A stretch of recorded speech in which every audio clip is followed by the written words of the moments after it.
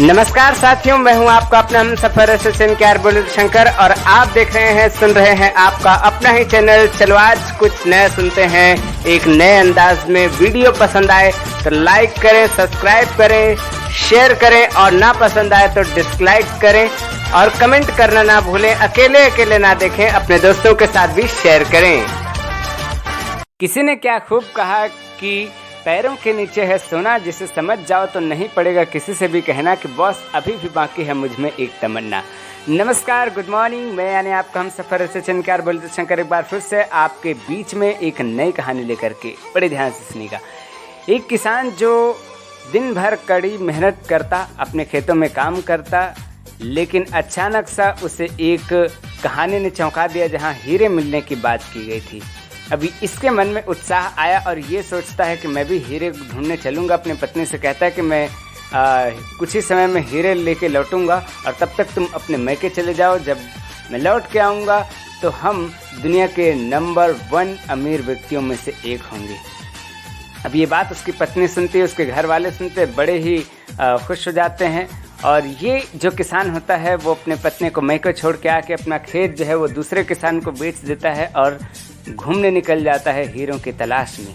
अब ये जो दूसरा किसान होता है ये उस खेत में परिश्रम करना शुरू करता है, धान की रोपाई करता है।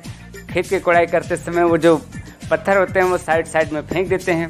एक दिन सुबह जब ये खेत में जाता है तो सूर्य की जो किरणें हैं उससे एक पत्थर जो होते हैं वो बहुत सारे चमक रहे होते हैं। उनमें से एक पत्थर कुछ ज़्यादा ही चमक रहा होता है। उसको वो किसान जो है ले जाता है और अपने घर में अलमारी में सजा देता है। एक दिन इसके पास एक इसका दोस्त मिलने आता है और इससे कहता है कि मोहन, ये क्या तुमने इतने अच्छे चमकीले पत्थर कहाँ से लेके आए? बोलते यार ये तो मेरे खेत में पड़ा था, बहुत ज़्यादा चमक रहा था, तो मैं सोचा कि इसको सजा देता हूँ अपने अलमारी में। बोलता चलो एक काम करते, इसको जौहरी बाबा के पास लेके चलते, ये मुझे कुछ खास पत्थर जान पड़ता है।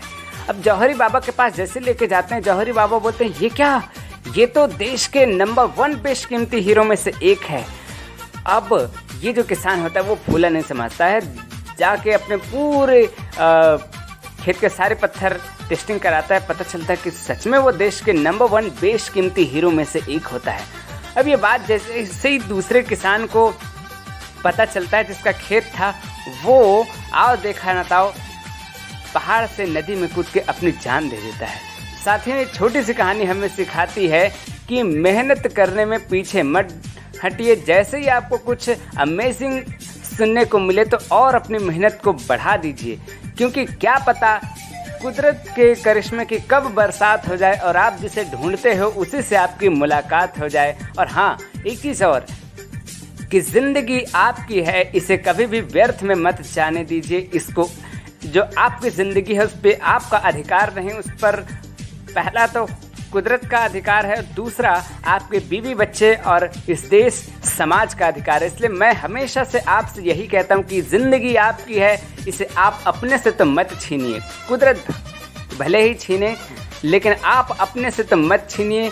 आत्मग्लानि होती है, होने दीजिए, लेकिन वापस से नई शुरुआत कीजिए। लेकिन कभी भी अपने आप को ख़त्म मत कीजिए जैसे इस किसान ने किया। और हाँ, इसी तरह से मेहनत करते रहिए, एक दूसरे की मदद करते रहिए और हर एक बातों में कर दिखाओ कुछ ऐसा कि दुनिया करना चाहे आपके जैसा।